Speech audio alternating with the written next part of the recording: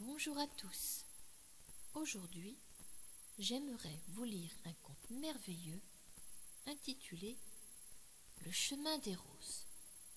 Vous êtes prêts? Alors je commence. Comme chaque matin, Anna s'en allait à l'école en empruntant le chemin des roses, espérant cueillir la plus belle d'entre elles pour sa maîtresse. Ce jour-là, elle en aperçut une magnifique un peu éloignée du chemin. Après une grande hésitation, elle sauta par-dessus le fossé pour atteindre l'incomparable fleur. Tout en essayant de l'attraper, son regard fut détourné par une mélodie étrange. Des centaines de mésanges chantaient, toutes regroupées sur un chêne, enracinées au milieu d'un ruisseau asséché. Les ravissantes cantatrices semblaient manifester de la colère. Tout à coup, une eau claire et abondante envahit le ruisseau. L'orchestre cessa sa cacophonie, et le calme revenu, un chevreuil et son petit vinrent s'abreuver. Anna n'en croyait pas ses yeux. En un éclair, elle se retrouvait au cœur d'une histoire merveilleuse, en compagnie de ses amis les animaux, en assistant également à des phénomènes curieux. Grâce à cette rose exceptionnelle, elle vivait un instant incroyable. Il était temps de reprendre le chemin de l'école. Anna n'en avait pas très envie, mais il n'était pas non plus question de faire l'école buissonnière, ni de rester seule dans le sous-bois. Cette fillette, raisonnable d'ordinaire, n'avait pas l'habitude d'agir de la sorte. Bien sûr, comme tout enfant de son âge, il lui arrivait parfois de faire quelques bêtises, en compagnie de Jeanne, sa meilleure amie, mais rien de méchant, en comparaison avec les quelques intrépides de la classe. La sonnerie retentit, et Anna arriva juste à temps. Elle rejoignit Jeanne, et la porte de la classe se referma. Anna partit au-devant de mademoiselle Moran, la maîtresse d'école, afin de lui offrir la rose. Mais, en ouvrant son cartable, elle constata que la fleur avait disparu. La petite fille déçue n'avait pourtant pas de doute quant au fait d'avoir correctement rangé la rose. D'après elle, elle ne pouvait ni avoir glissé, ni avoir été dérobée, car Anna n'avait pas quitté son cartable des yeux. « Prenez vos cahiers du jour, les enfants. Nous allons effectuer un exercice de grammaire, » ordonna l'institutrice. Mais les pensées de notre petite Anna vagabondaient dans le bois, puisqu'elle revoyait tout ce qui s'était passé depuis le matin. « Anna! Allons, Anna de Vienne, mais à quoi songes-tu » ? « Oh, excusez-moi, à rien, maîtresse. » La fillette fut quelque peu troublée, voire vexée par la remarque de l'institutrice, surprise quant à elle par l'égarement d'une de ses meilleures élèves. Mais il était certain qu'après de tels événements, la concentration s'avérait difficile. Soudain, la porte de la classe s'entr'ouvrit, mais se referma aussitôt. Quelqu'un dut encore se tromper de porte. Oh, cette personne aurait pu déjà frapper d'une part, mais aussi s'excuser. Allons, reprenez votre travail, les enfants, déclara l'institutrice. Ce quelqu'un n'était autre que Sébastien, élève dans une section voisine, qui se trompait de classe pratiquement tous les matins. Soudain, Anna sentit quelque chose grimper le long de sa jambe. Afin de ne pas se faire remonter les bretelles par sa maîtresse, elle s'abstint de bouger. Mais une certaine frayeur la gagna, pensant qu'il s'agissait d'un insecte rampant susceptible de la piquer. La fillette craintive s'aperçut tout à coup de la présence d'une petite souris dans son entrejambe. qui semblait tenir un papier dans sa minuscule gueule. Anna comprit que le pli était un message. Elle en resta bouche bée.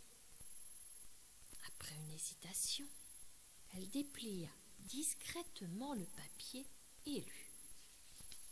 « Je t'attends au ruisseau après la classe. À ce soir, signé Paul. » Anna ne connaissait aucun garçon prénommé ainsi. Elle pensa qu'il se passait réellement de drôles de choses, mais à vrai dire, des choses abracadabrantes. Elle eut un instant la sensation d'être l'héroïne d'un film fantastique, mais non, cela semblait être la réalité. La petite messagère redescendit par le même chemin. Anna la suivit des yeux. Personne ne remarqua la présence de cette souris, qui profita de l'entrebâillement de la fenêtre pour sortir de la classe. La fin de journée arrivait peu à peu, et notre écolière était impatiente de retourner dans le bois. Enfin, la sonnerie de 16h30 retentit. Anna se précipita vers la grille et d'un pas pressé partit en direction du chemin des roses. En cet après-midi de juin, le soleil s'amusait à séduire les fleurs d'été. Les coquelicots envahissaient entièrement les champs, ce qui donnait bonne mine au village. Anna resta émerveillée devant une telle splendeur qu'elle apercevait de loin, depuis un tronc d'arbre, sur lequel elle était montée en attendant Paul. « Oh, quelle vue magnifique !» pensa-t-elle. Machinalement, elle se tourna vers le ruisseau. Quelle stupéfaction! Le ruisseau était sec à nouveau. La petite crut un instant qu'elle devenait folle. Et oui, elle avait vu l'eau couler le matin même. Et puis Paul qui ne venait pas au rendez-vous. Anna prit l'initiative de rentrer à la maison. Après avoir replacé son cartable sur son dos, elle repartit. Mais une voix l'arrêta. « Ne pars pas !» lui dit une petite fille qui se tenait tout près d'elle. Anna n'avait pas remarqué sa venue. Une fois encore, Anna n'en crut pas ses yeux. En effet, l'autre fillette lui ressemblait comme deux gouttes d'eau, de plus vêtue de façon quasiment identique. « Mais qui es-tu donc ?» lui demanda Anna.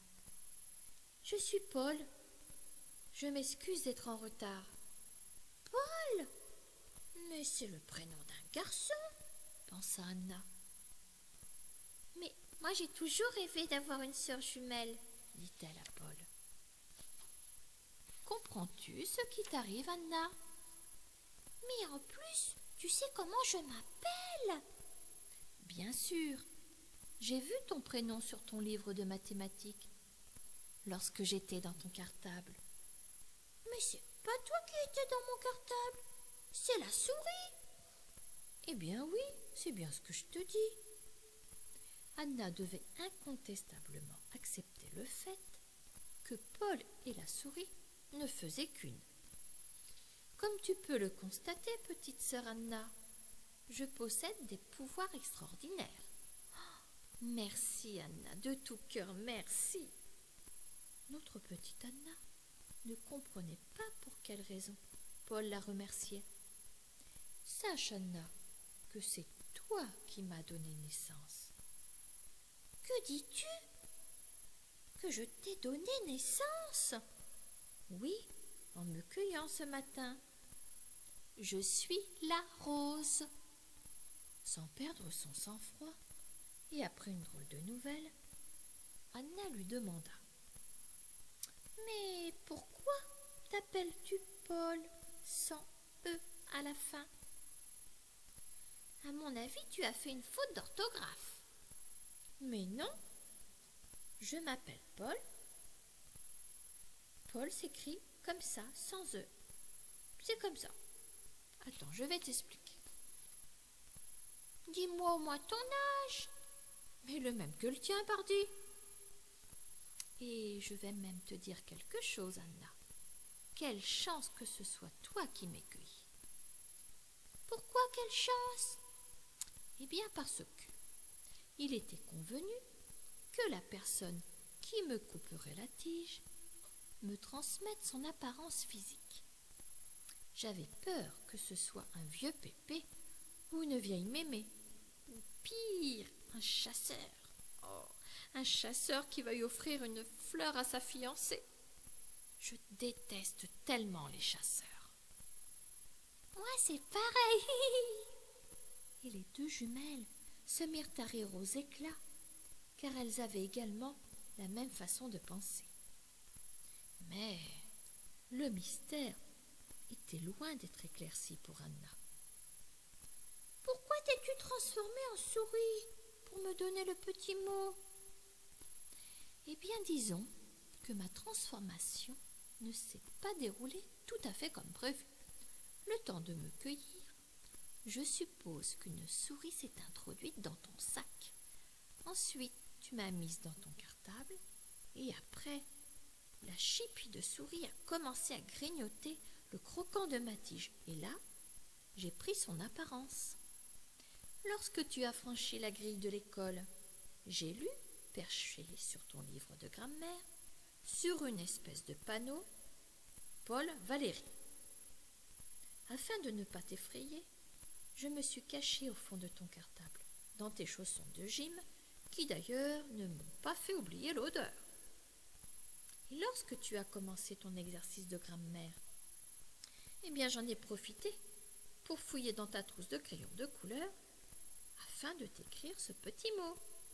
Tu sais, je me suis dépêchée car la transformation allait reprendre son cours.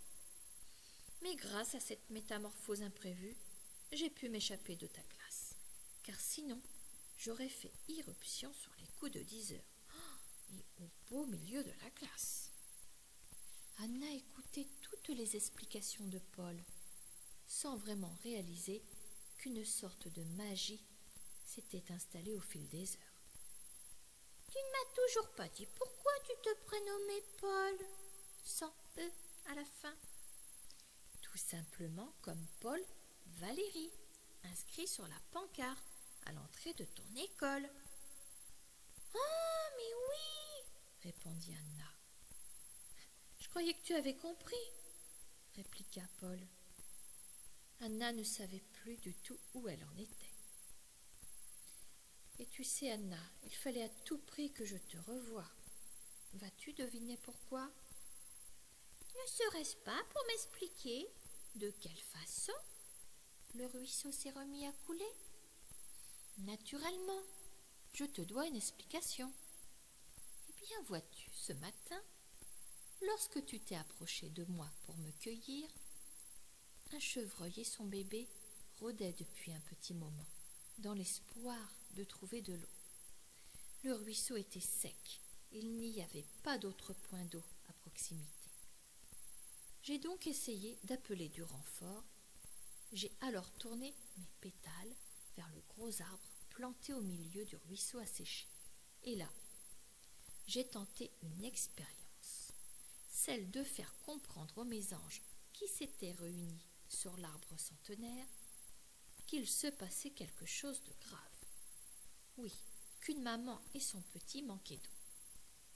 Le chef des mésanges charbonnières a alors donné la note pour jouer une mélodie. Mais alors, quelle horreur, quel horrible chant! Mais cela a marché. L'eau s'est remise à couler. Je n'étais vraiment pas certaine que cela fonctionne, car cette expérience se réalise normalement avec des mésanges bleus. Oh, des mésanges bleus? Oh, c'est incroyable! Mademoiselle Morin, avant-hier, nous a fait une leçon portant sur la forêt et ses habitants, et elle nous a parlé des mésanges bleus. Eh bien, tu vois, Anna, tu pourras dire à ta maîtresse qu'aujourd'hui, tu as vu des mésanges charbonnières. Anna partit dans ses pensées. Quelque chose t'inquiète, Anna? Oui, je suis inquiète. comment allons-nous faire après ça? Nous sommes deux sœurs jumelles. Mais non, ne te fais pas de mouron. Je suis invisible. Tu es la seule personne à me voir.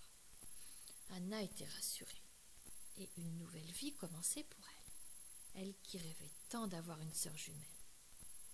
Paul proposa à Anna de faire un petit tour dans les profondeurs du bois. « Ah non, désolé Paul, mais mes parents ne veulent pas que je me promène seule dans la forêt. » Après hésitation, la fillette finit par accepter la promenade. Tout à coup, un monstre surgit devant les fillettes. Celles-ci hurlèrent en se protégeant mutuellement.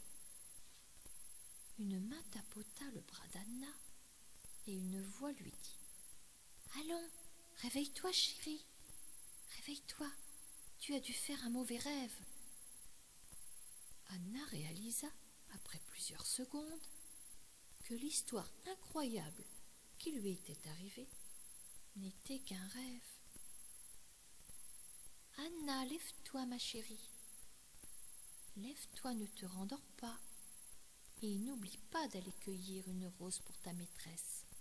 Tu m'en as tant parlé hier soir, » lui dit sa maman. Et un sourire timide et malicieux s'afficha sur le minois d'Anna.